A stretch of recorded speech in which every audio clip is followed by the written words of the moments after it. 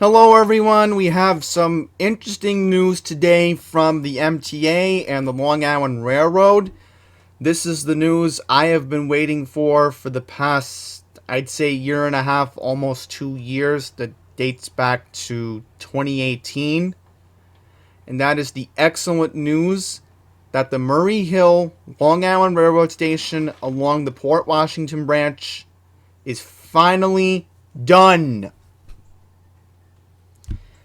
I can't believe it, folks. Even though it's a little bit late, it's finally done. So I'm going to zoom in if you're on a smartphone, because I'm sure most of you are maybe going to watch this on smartphones or tablets, considering that everybody is using multiple devices these days in the world of COVID. But I have some good news from Philip Bang, Long Island Railroad President, and the Construction and Development President, Janelle Lieber. Today, May the 4th, 2020, they have officially announced that the MTA, the Metropolitan Transportation Authority of the State of New York, from the long name, has completed its upgrade and renewal of the Murray Hill Long Island Railroad Station along the Port Washington branch in Queens, bringing a major accessibility improvement. The station now has 2 elevators. Once again, I quickly want to mention OrientDALE has 1. So, putting that for the record, Murray Hill has the wheelchair ramp. 1 each for the eastbound and westbound platforms.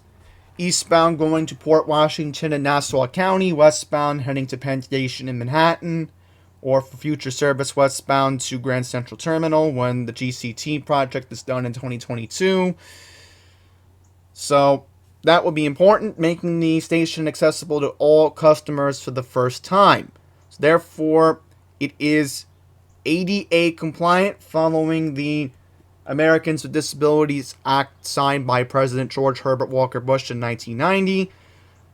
Crews also installed renewed retaining walls, new lighting, security camera signage, and pigeon abandonment measures, because we know how in Queens the pigeons get.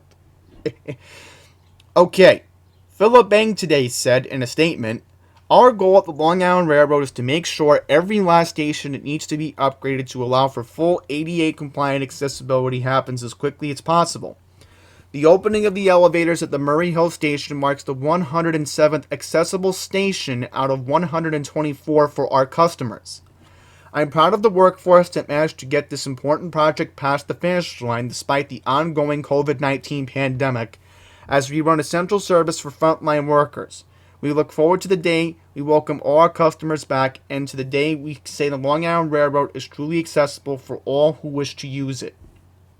So, once again, I'm very, very happy about this news. This is a long time coming, folks. I was waiting so long for this, as well as many other people, including Mocha18. She was waiting for this because this is her home station, of course. This is excellent news, and I'll show you a picture today.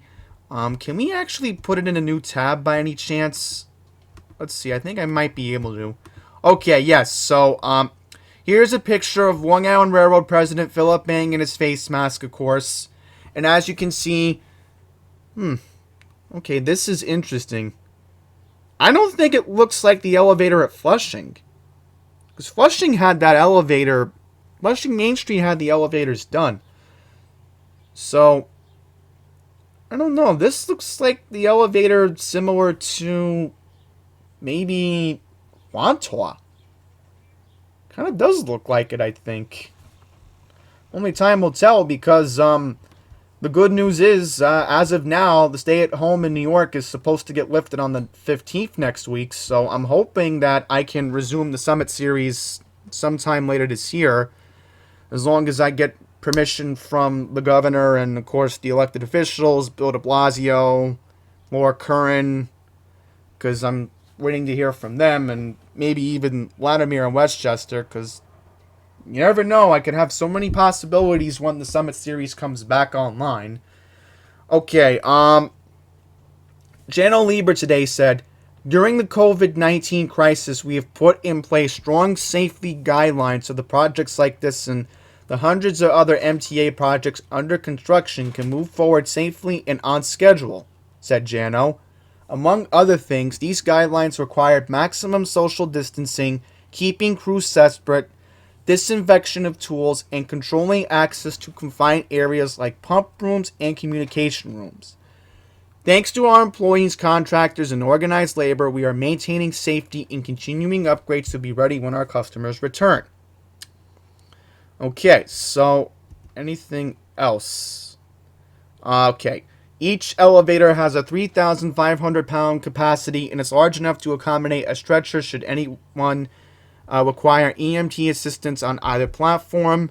Low E glass has been installed on both elevators. The glass reduces the accumulation of heat inside the elevator to improve passenger comfort. So that could be very useful for the summer months, especially when the stay-at-home gets lifted next week.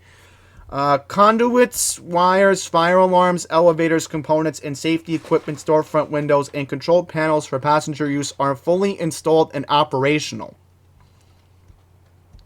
Okay, something else to be marked interesting. The plaza areas at the Murray Hill Station were also restored with new brick pavers and concrete walkways.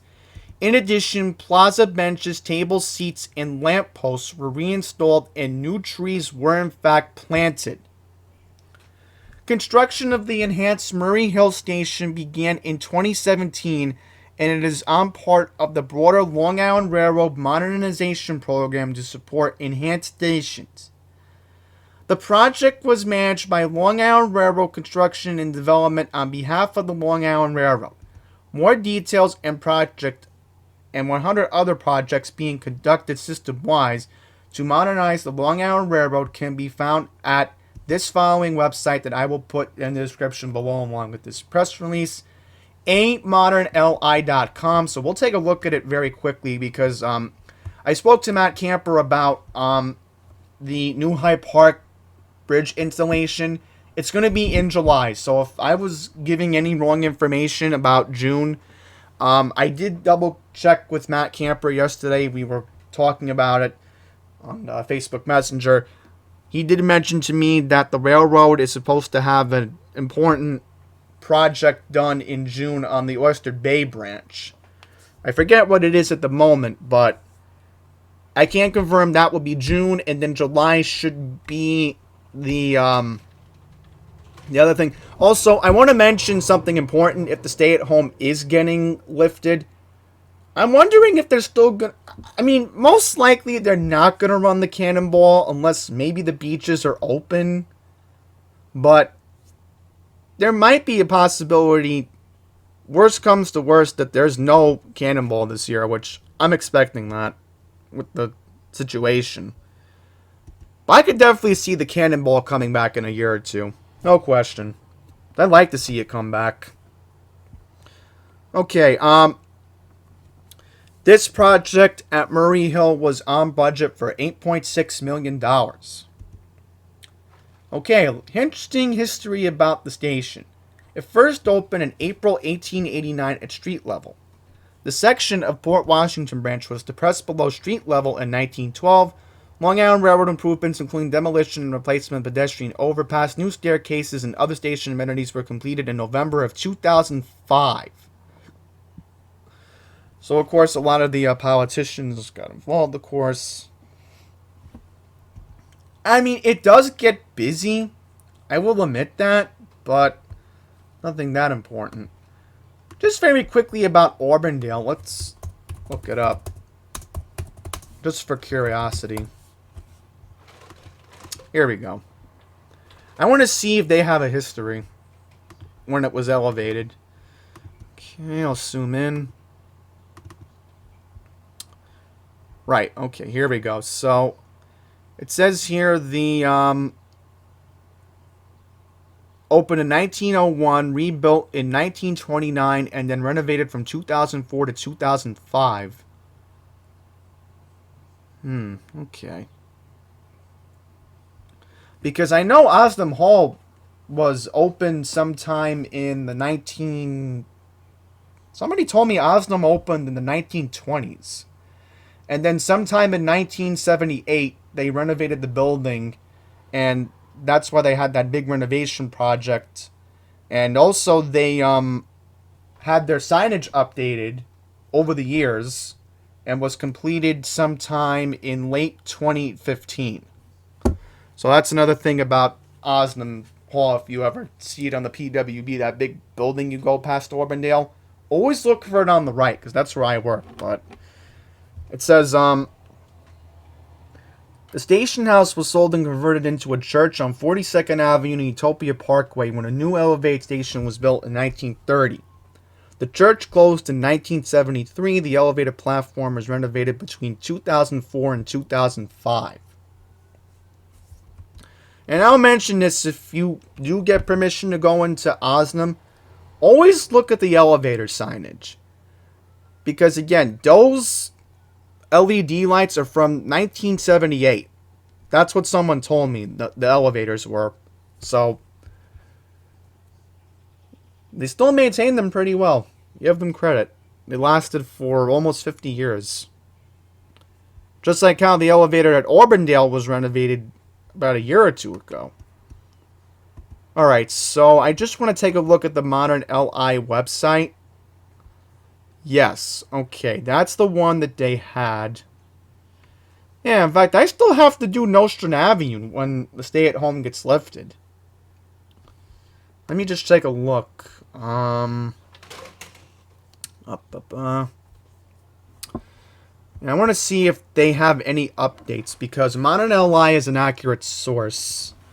And then I'll just wrap up the video.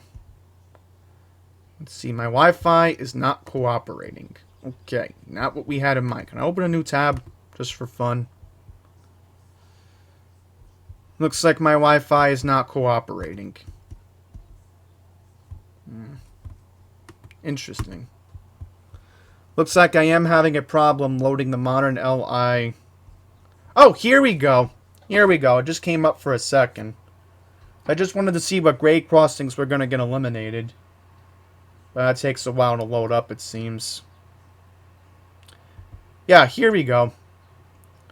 Right, Bayside got Enhanced Station. Baldwin got Enhanced Station, which... I don't care what people tell me about Baldwin. I am going to get to Baldwin. Eventually, I am going to get out there, because Baldwin has a couple nice parks, from what I've heard, which I do want to get to. Okay, let me just see what else is done, because I'm trying to look up the grade crossings. Here we go. That's what I had in mind. Okay, Willis Avenue grade crossing. I'm curious about that one in Mineola. South 12th Street. Main Street. Where's that one?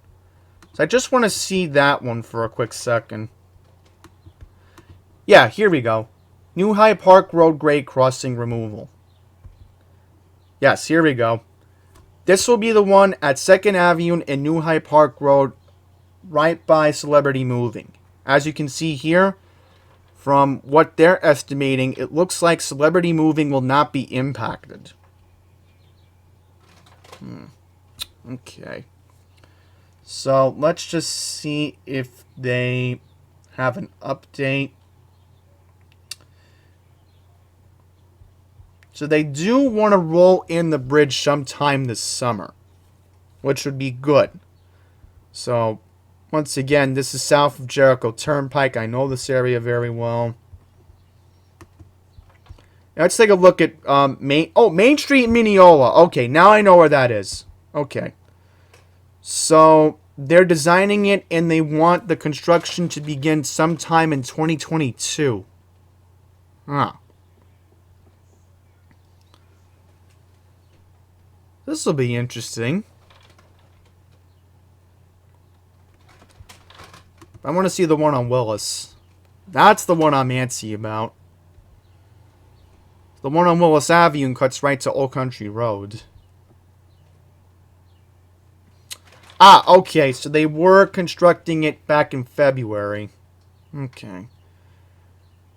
So, wow, it's going to take another 2 years.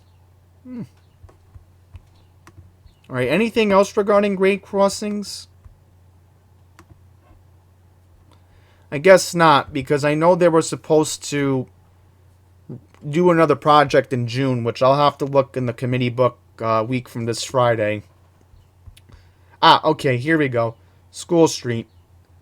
Oh, okay, so it will be open in Westbury in 2021. Alright, it's not too bad, I guess. So, that is very good news. Once again, please go on to modernli.com. It is a website that they update constantly. In fact, Channel LIRR has input into this website, so please, And speak of the devil, there is Channel right there. Trust me, Channel LIRR is one of my favorite MTA board members. He is. And I did talk to him about the Whitehall Street escalator. That's a whole nother situation that's going to have to be discussed. But I did speak to him about it before at the virus, because the escalators were always having a problem at the RW station. Alright, folks, so I do have to get going. Thank you all very much for watching. Until the next one, please take care.